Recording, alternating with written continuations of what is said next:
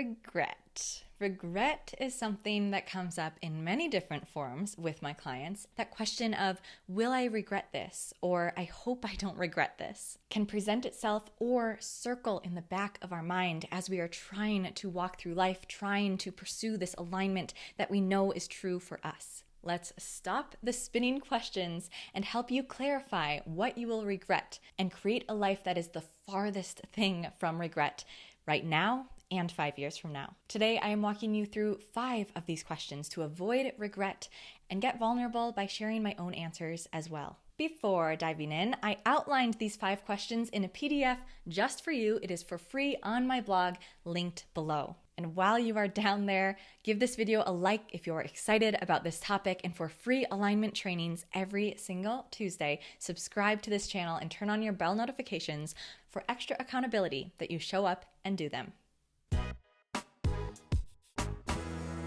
So if you've read chapter 1 of my book, Ready Enough, you know that I quit a prestigious PhD program to pursue my own path. And I never once have regretted this decision. But how? Especially because that path, the PhD and everything that followed it, was the one that was cheered on and celebrated and supported by what seemed like everyone around me. Societal expectation that traditional career path was labeled as safe and the successful choice.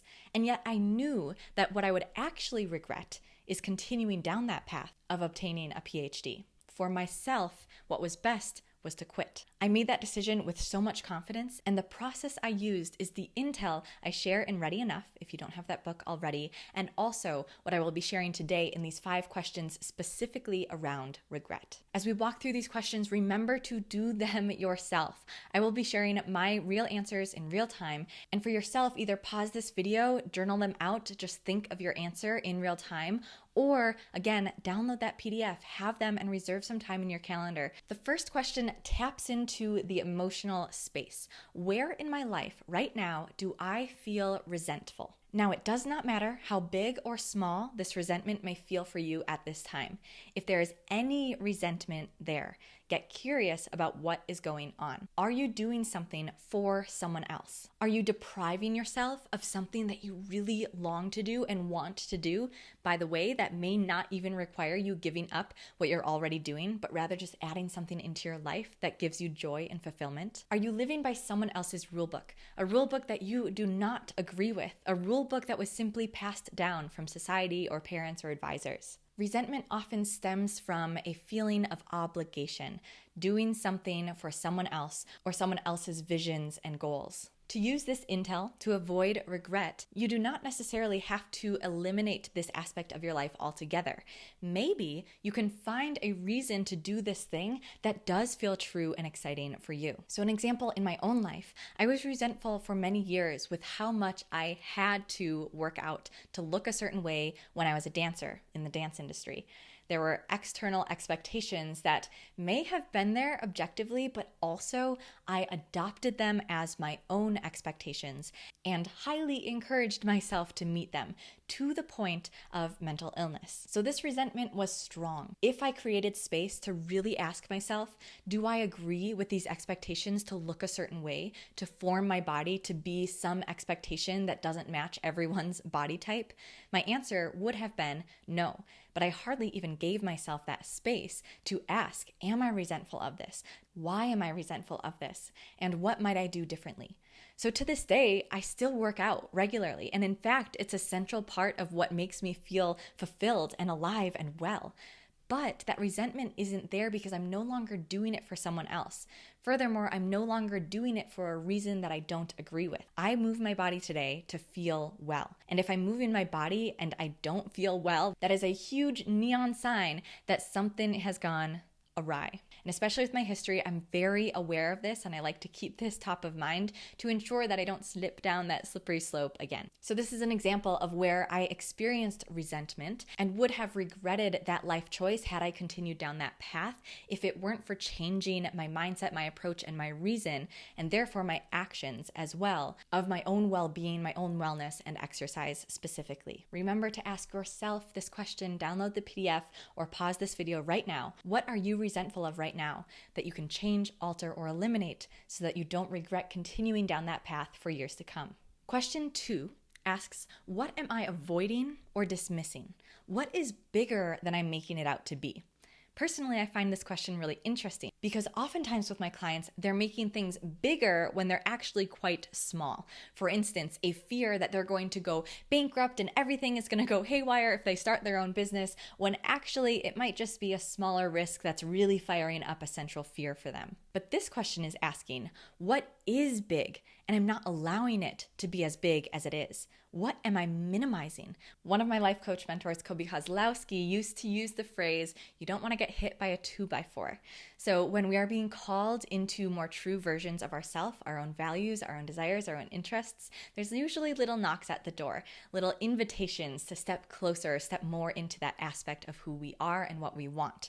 If we don't listen to those little knocks, however, eventually there's a 2x4 that comes and whacks you across the face. That's what this question is helping you to get in front of. So right now, what's the little knock at your door that you're avoiding, that you're not giving enough energy to, that you want to listen to, that part of you wants to listen to and follow it, but you're afraid of it, or some limiting belief is coming up, and therefore you're not letting it be as big as it is. For me, I was just journaling this morning, and what came up was financial abundance. I keep pushing that aside because I want to be heart-centered and purposeful and generous. And we can't be generous, I can't be generous without having abundance myself, without letting that flow through me, without letting that flow to me. So I have these little knocks that say, hey Marin, you're worth more than this. Hey Marin, you can get more money. Invite more money into your life. Money isn't bad. And although I hear it, I haven't been letting it be a big central focus because all these limiting beliefs, guilt and shame and shoulds and historic beliefs and upbringing and all of that is tied into this. So that's what I will be doing my own work on with coaches and support systems. Find your thing. What is your thing that is knocking at your door, that's asking for your attention and you're not letting be seen? Invite it to the party, see it, look at it. Oftentimes it is not as scary as we make it out to be in our mind. And in asking this question now, you will be avoiding that 2x4. Question 3 asks, what am I missing from my life right now? Get quiet, tune in, and see if there's a part of you that is longing for something, that wants something, that desires something, that needs something. What is that for you? Tyler and I were recently talking about our lack of friendships lately, and that was a great reminder for me that friendship, companionship, and that leisure time with people I really care about and enjoy hanging out with has been missing from my life. It's been missing from a lot of our lives because of the pandemic, and also Tyler and I moved across the country, so we're in a new city.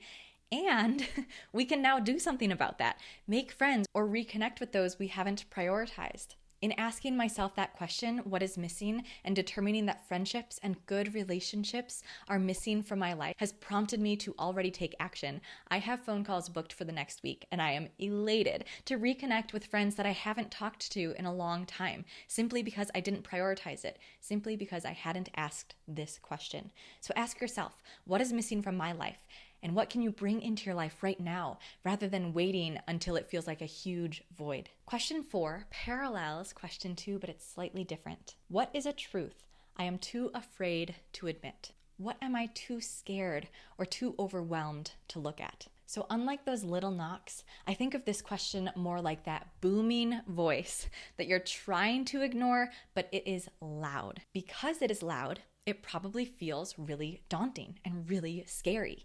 Maybe it goes against a lot of what your current life looks like, or so you think. Maybe it is a really vulnerable thing to admit even to yourself, that you don't like your job, or you want to move, or you see a relationship you're really excited about, but you're nervous because maybe it doesn't work, and then the heartbreak and everything that follows. What happens with my clients when there's something that I can tell they're trying to avoid in our sessions is that oftentimes they explain it feeling like that pressure or that fear. They're contracting, they're stepping away from it.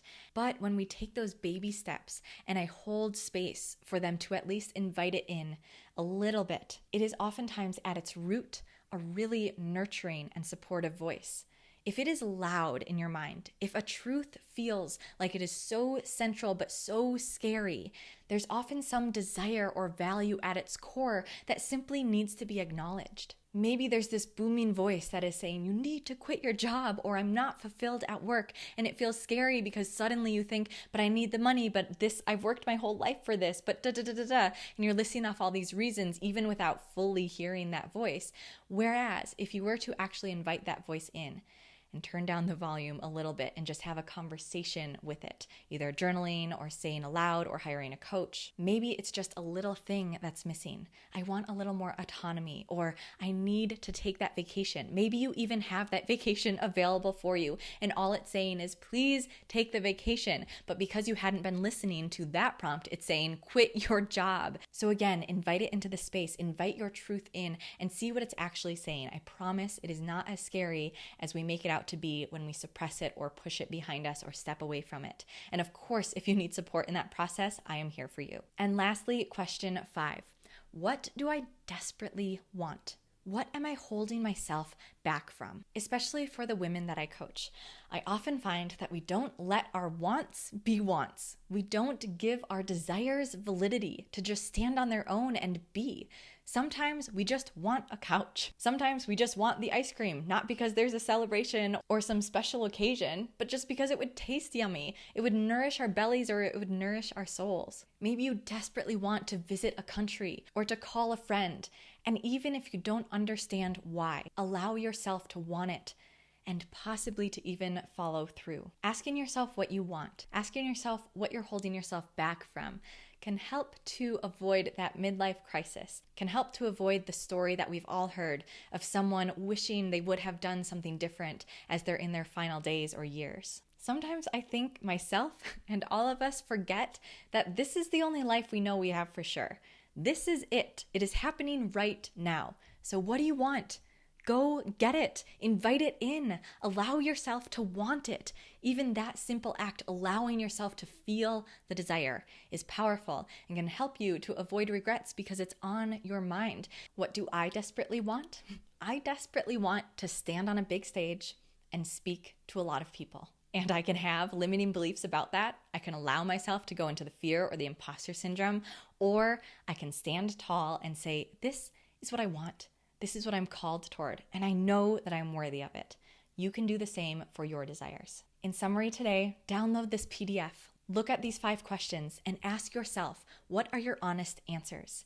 Hear them out, maybe even take aligned action to avoid any regret. If you want even more support in this process, I have a book, Ready Enough, Your 7-Step Guide for Life's Hardest Decisions. It walks you through a practical 7-step process to create space, to take action, and to ride the waves that come with living an authentic life. If this was helpful, say thank you in the comments, share your big takeaways, and support others who have commented as well. And to receive more alignment trainings just like this every Tuesday, like this video, subscribe to this channel, and share this video with a friend.